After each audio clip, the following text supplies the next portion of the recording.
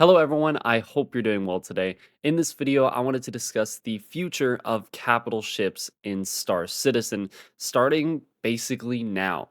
A lot of this comes alongside the new engineering update with 4.5, and just to be frank, from here on out, it's going to be a much different experience whenever using capital ships. Now, alongside that, I also wanted to talk about gameplay that goes along with capital ships because it actually looks like we're going to be getting some specific gameplay associated with them and the capital ships that could be releasing within this year and about the next year and a half or so. So, we do have a lot to get through today when it comes to these big ships. But before we get started, if you are enjoying the content, feel free to subscribe. I do have channel memberships open if you wanted to go the extra mile, and feel free to join the community Discord. I'll have a link for that down below, and I'd love to have you there. Outside of that, let's get into the future of the biggest ships in the verse. All right, now starting this conversation off, I wanted to get into some of the controversy, I guess you could say, when it comes to capital ships, solo players, or small groups, even, and how that is obviously going to significantly change with engineering and some of these future features. Now, I want to make it very clear that I don't think there should be any artificial barriers between you and your ships. No matter once we get from, 4.5 to 1.0, if your ship is stored at a location, then I think you should be able to call it up. If you want to call up your cutter for the day, then go ahead.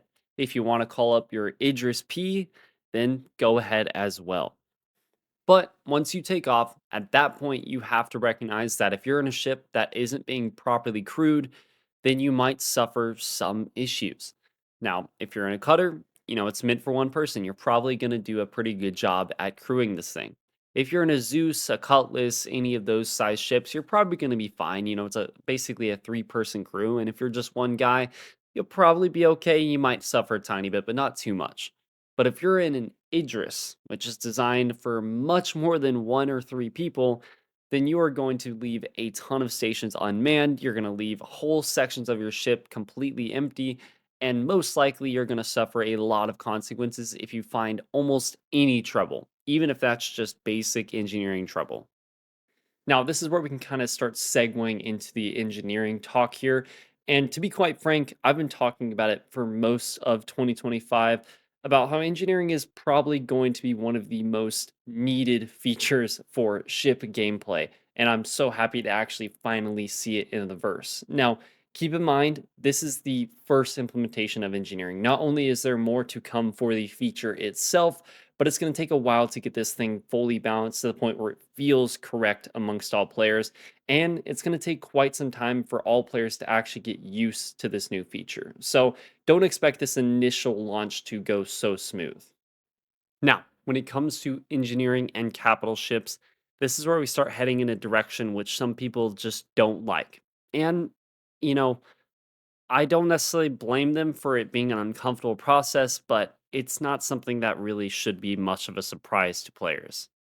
We've always been heading in this direction where there's going to be more purpose behind the ships you are in, where there's more purpose behind the amount of people in those ships and what they do on those ships.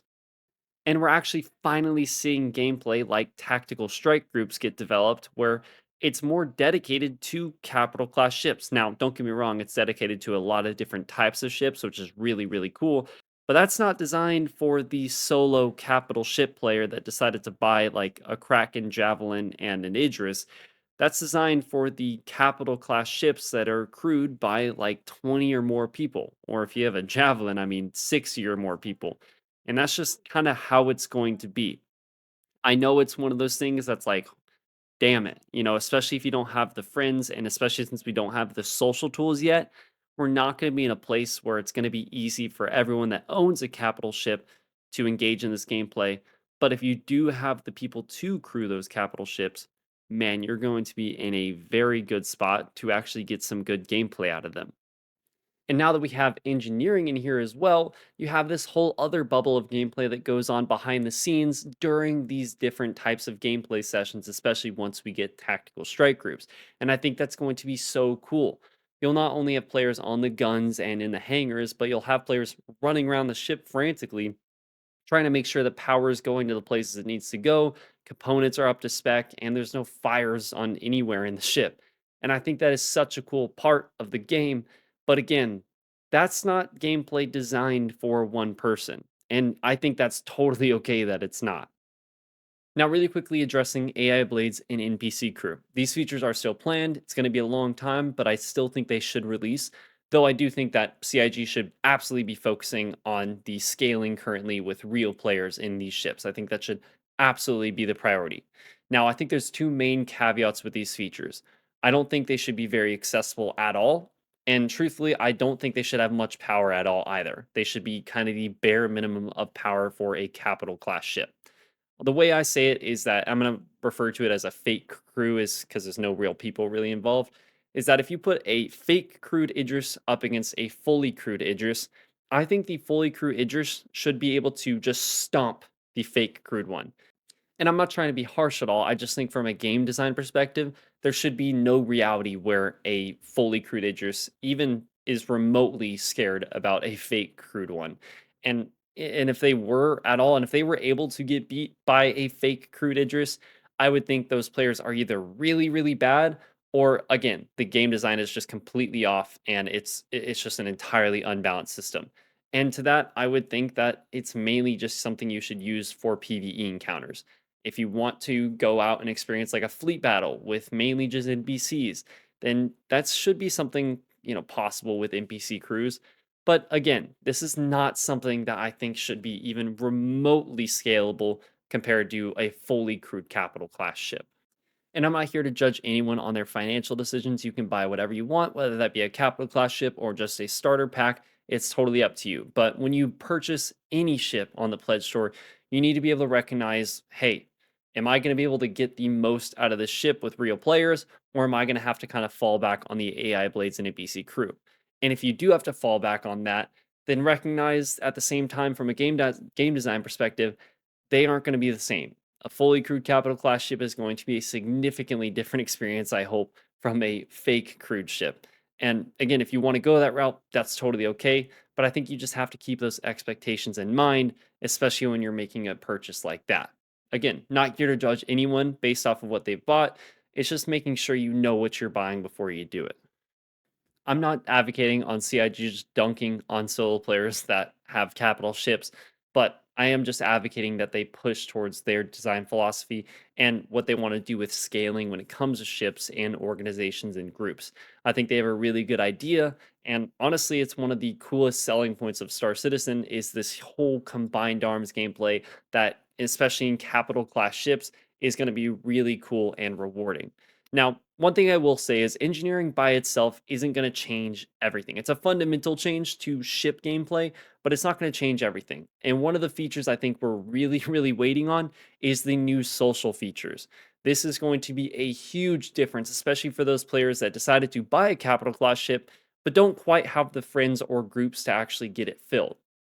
With social features, I can almost guarantee that if you go online, you say like, I have an Idris or a Kraken, and I really want to do tactical strike groups today, or something else that they have down the line, then I can almost guarantee if you spend like half an hour getting ready, getting your capital ship, getting components, getting ammo, whatever it is, you're going to have people that want to join onto your ship. It's going to be a really cool thing for players that don't necessarily have that many friends to do it. And I honestly cannot wait for it. I think it's an underdog feature that we're not talking about enough. It probably won't be quite the same experience if you had like a dedicated org to doing this thing. But again, once we have these social features, you're going to be able to create your own orgs and get people in those groups over time so that you can then have a little bit of a smoother experience down the line. I think it's going to be some of the best additions to the game when it comes to actually getting some of these different gameplay groups together, unlike what we have now, where it's kind of just it's really difficult to get a full group together sometimes. And unless you have like a full Discord or again, an org or something like that, it's still very difficult in the current state of the game. Now, on top of engineering, there is going to be probably tons of different features and systems that change up capital gameplay, but there are a couple that I'm individually pretty excited for. One is oddly enough flight control surfaces. Unironically, there are some capital class ships like the Bengal and Javelin that aren't intended to actually go in atmosphere really at all. And the ones that currently do go in atmosphere, like we have Idris, Polaris that are in the game currently, those are not performing the way they are going to have to perform once we have control surfaces.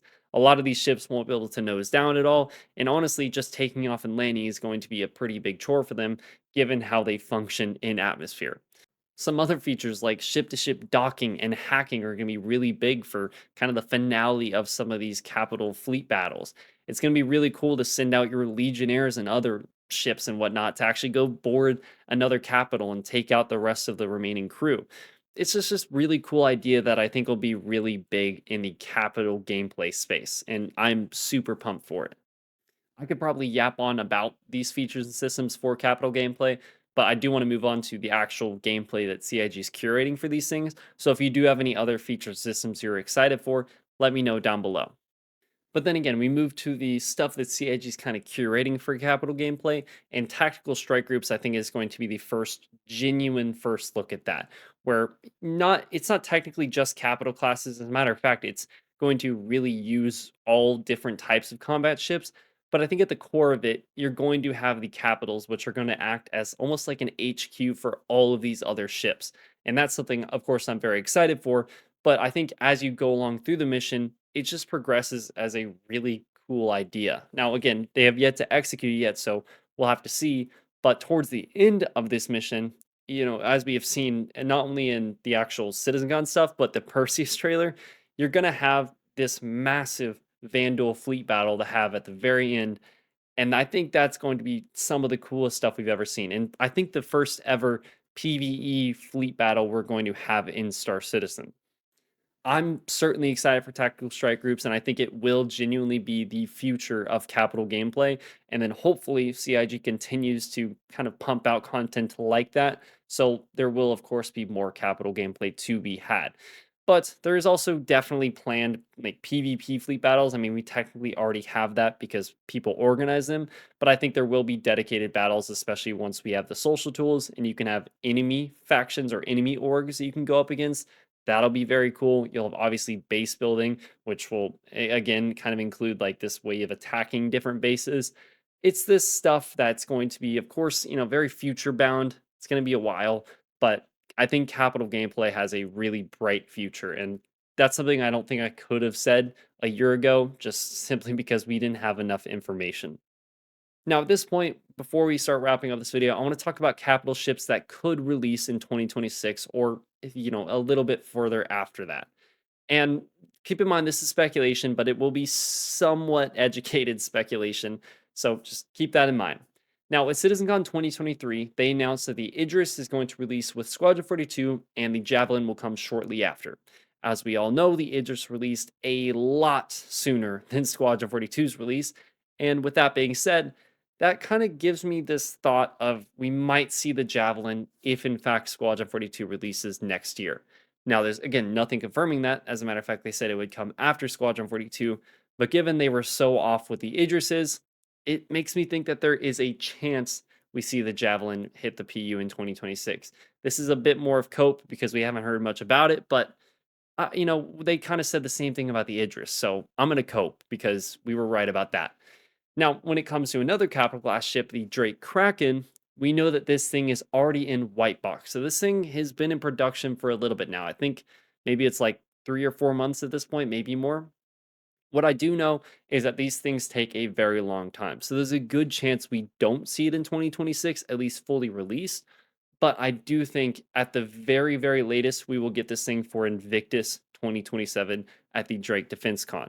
Now, I'm not ruling out 2026 yet, but given the fact that they've already announced the Galaxy is releasing at IAE, it makes me think that they might not want to stack that up with the Kraken.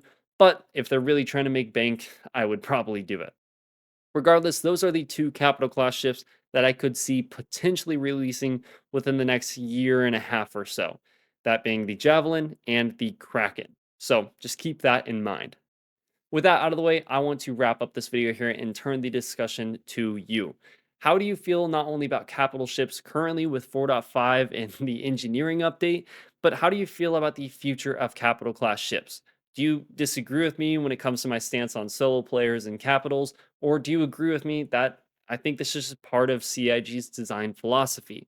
Regardless of what it is, I would love to hear it down below. I know that this is kind of a weird video. It's like a half discussion between capital ships and like the philosophy about players being able to actually use capital ships. But it is what it is. It's one of those discussions that we have to have as players, and CIG, of course, has to have with us. And we're going to just have to slowly get used to it. Now, I do want to say thank you so much for watching and sticking around to the end. Again, I encourage you to leave any comment you want down below. Just keep it, somewhat respectful if possible, and keep in mind, I still am partnered up with Pigeon Spaceport, so if you would like to get a 5% discount on some of their really cool RSI Scorpius models, feel free to use code KickerGames down below, and feel free to use my link in the description to get to their store page. It's a really cool product, and I'm really excited to get my hands on it.